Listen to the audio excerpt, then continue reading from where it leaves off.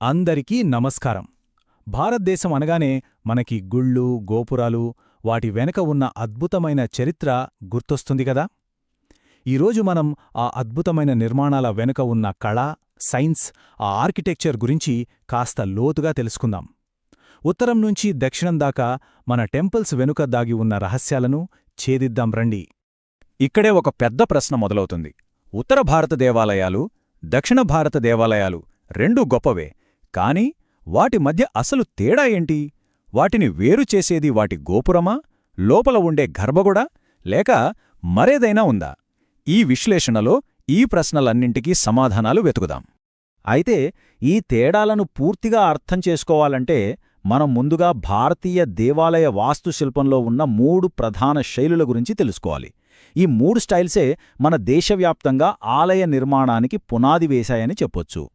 అవేంటంటే, 1 నార్త్ ఇండియాలో ఎక్కువగా కనిపించే నాగర శైలి, 2 సౌత్ ఇండియాలో ఎంతో ప్రసిద్ధి చెందిన ద్రావిడ శైలి, ఇక 3వది ఈ రెండింటి కలయికలా డెక్కన్ ప్రాంతంలో రూపుదిద్దుకున్న వేసర శైలి. ఈ 3 పేర్లు మన ప్రయాణంలో చాలా కీలకం, సో బాగా గుర్తుపెట్టుకోండి. సరే, ఇప్పుడు మనం ఒక డిటెక్టివ్ లాగా ఈ శైలుల మధ్య ఉన్న తేడాలని ఒక్కొక్కటిగా పరిశీలిద్దాం. టెంపుల్ పైన ఉండే టవర్ దగ్గర నుంచి లోపలికి వెళ్లే ఎంట్రెన్స్ వరకు ప్రతి దానిలోనూ ఆ స్టైల్ యొక్క ప్రత్యేకమైన ముద్ర మనకు స్పష్టంగా కనిపిస్తుంది. ఈ చార్ట్ చూడండి, ఇది మనకొక రోడ్ మ్యాప్ లాంటిది. ఇందులో నాగర, ద్రావిడ, వేసర స్టైల్స్ మధ్య ఉన్న కీలకమైన తేడాలన్నీ ఉన్నాయి. ఫర్ ఎగ్జాంపుల్, టెంపుల్ టవర్ ఆకారం ఎలా ఉంటుంది, ఎంట్రెన్స్ గేట్లు ఎలా ఉంటాయి, ఇలాంటివన్నీ. కంగారుపడకండి, ఇప్పుడు రాబోయే స్లైడ్స్లో ఇందులో ఉన్న ప్రతి అంశాన్ని మనం చాలా క్లియర్గా మాట్లాడుకుందాం. మొట్టమొదటగా గర్భగుడిపైన ఉండే మెయిన్ టవర్ని గమనిద్దాం. నాగర స్టైల్లో దీన్ని శిఖరా అని పిలుస్తారు. ఇది పైకి వెళ్లే కొద్దీ ఒక అందమైన కర్వుతో వంపు తిరిగినట్టు ఉంటుంది. అదే ద్రావిడ శైలిలో అయితే దీన్ని విమానా అంటారు. ఇది స్టెప్ బై స్టెప్ అంతస్తులతో కట్టిన ఒక పిరమిడ్ లాగా కనిపిస్తుంది. ఈ ఒక్క తేడా చూస్తేనే చాలా గుళ్లను ఈజీగా గుర్తుపట్టేయొచ్చు. ఇప్పుడు ఎంట్రన్స్ దగ్గరికి వద్దాం. నాగరా స్టైల్లో ఆలయానికి పెద్దగా ప్రత్యేకమైన ఎంట్రన్స్ గేట్వే టవర్లు ఉండవు. ఫోకస్ అంతా మెయిన్ టవర్ అయిన శిఖరం మీదే ఉంటుంది. కాని ద్రావిడ స్టైల్కొస్తే సీన్ మొత్తం మారిపోతుంది.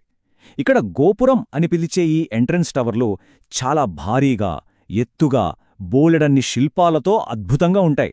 కొన్నిసార్లయితే లోపలున్న మెయిన్ టవర్ కన్నా ఈ గోపురాలే చాలా ఎత్తుగా ఉంటాయి.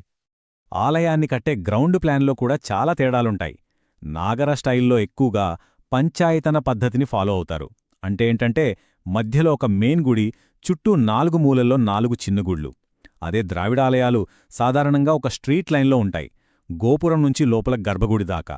ఇక వేసర స్టైల్ విషయానికొస్తే ఇది కొంచెం వెరైటీ. వీళ్లు చాలాసార్లు నక్షత్రమాకారంలో ఉన్న ప్లాట్ఫామ్ మీద గుడిని కడతారు.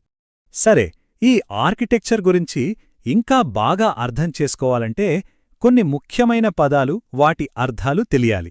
అవేంటో ఇప్పుడు ఫాస్ట్గా ఒకసారి చూసేద్దాం. శిఖర, ఇది నాగర శైలికి సంబంధించింది. గర్భగుడి పైన ఉండే ఆ కర్వ్డ్ టవరే ఇదే.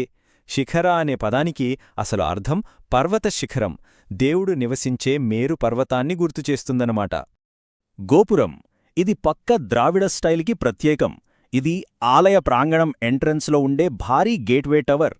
దక్షిణ భారతదేశంలోని ఎన్నో గుళ్లకి ఈ గోపురాలే ఒక పెద్ద ఐడెంటిటీ.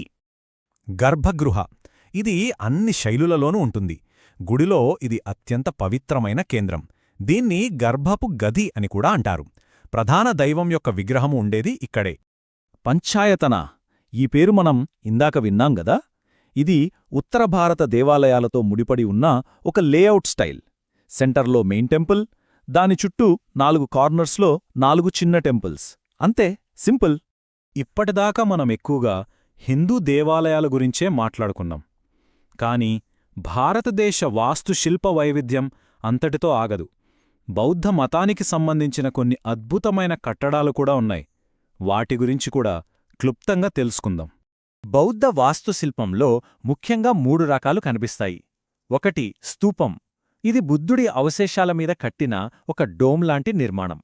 2ది చైత్యం, ఇదొక పెద్ద ప్రార్థనా మందిరం లాంటిది. ఇక 3ది విహారం, అంటే బౌద్ధ సన్యాసులు నివసించడానికి ఏర్పాటు చేసిన ఆశ్రమం లేదా మొనాస్ట్రీ. సరే, ఇప్పటిదాకా థీరీ మాట్లాడుకున్నాం కదా, ఇప్పుడు రియల్ వరల్డ్లోకి వెళ్దాం. యునెస్కో ప్రపంచ వారసత్వ ప్రదేశాలుగా గుర్తించబడిన కొన్ని అద్భుతమైన దేవాలయాలను చూద్దాం. ఇవి మనం చెప్పుకున్న స్టైల్స్కి లైవ్ ఎగ్జాంపుల్స్. మొదటగా కర్ణాటకలోని పట్టడకల్. ఇది చాలా చాలా స్పెషల్ ప్లేస్. ఎందుకో తెలుసా? ఇక్కడ నాగర స్టైల్ టెంపుల్స్, ద్రావిడ స్టైల్ టెంపుల్స్ రెండూ పక్కపక్కనే ఉంటాయి. మనం ఇప్పటిదాకా చర్చించుకున్న రెండు ప్రధాన శైలులను ఒకే చోట పోల్చి చూసేందుకు ఇదొక అద్భుతమైన అవకాశం. ఇక మహారాష్ట్రలోని ఎల్లోరా గుహలు. ఇవి మత సామరస్యానికి ఒక నిలువుటద్దం. ఇక్కడ బౌద్ధ, హిందూ, జైన గుహాలయాలు ఒకే చోట ఉన్నాయి. అన్నింటికన్నా అద్భుతమేంటంటే 16వ గుహలోని కైలాసాలయం. దీన్ని ఏ ఇటుకలతోనో కట్టలేదు, ఒకే ఒక్క బండరాయిని పైనుంచి కిందకి తొలిచి చెక్కారు. ప్రపంచంలోనే అతిపెద్ద ఏకశిలా నిర్మాణమిది. ఊహించుకుంటేనే ఆశ్చర్యంగా ఉంది కదూ.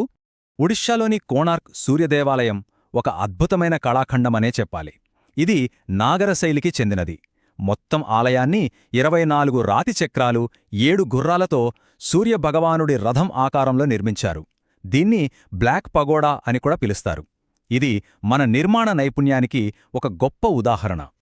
సో ఫైనల్గా మనం గుర్తుంచుకోవాల్సిన కీలకమైన విషయమేంటంటే, నాగర శైలి అంటే వంపులతో కూడిన శిఖరం, పెద్ద ప్రవేశద్వారం ఉండదు. ద్రావిడ శైలి అంటే పిరమిడ్ ఆకారంలో ఉండే విమానం, ఇంకా భారీ గోపురాలు. వేసర అనేది ఈ రెండింటి మిశ్రమం. ఇంకా పట్టడకల్ ఈ రెండు శైలులను ఒకే చోట ప్రదర్శించే ఒక అద్భుతమైన యునెస్కో ప్రదేశం. ఈ విశ్లేషణతో భారతీయ దేవాలయ వాస్తుశిల్పంలోని ప్రాథమిక విషయాలు అందరికీ స్పష్టమయ్యాయనే ఆశిస్తున్నాను. తదుపరిసారి ఎవరైనా ఒక పురాతన ఆలయాన్ని సందర్శించినప్పుడు ఈ కొత్త జ్ఞానంతో అక్కడి నిర్మాణాలను చూడండి. ఆ గుడిపైన ఉన్నది శిఖరమా లేక విమానమా అని గమనించండి.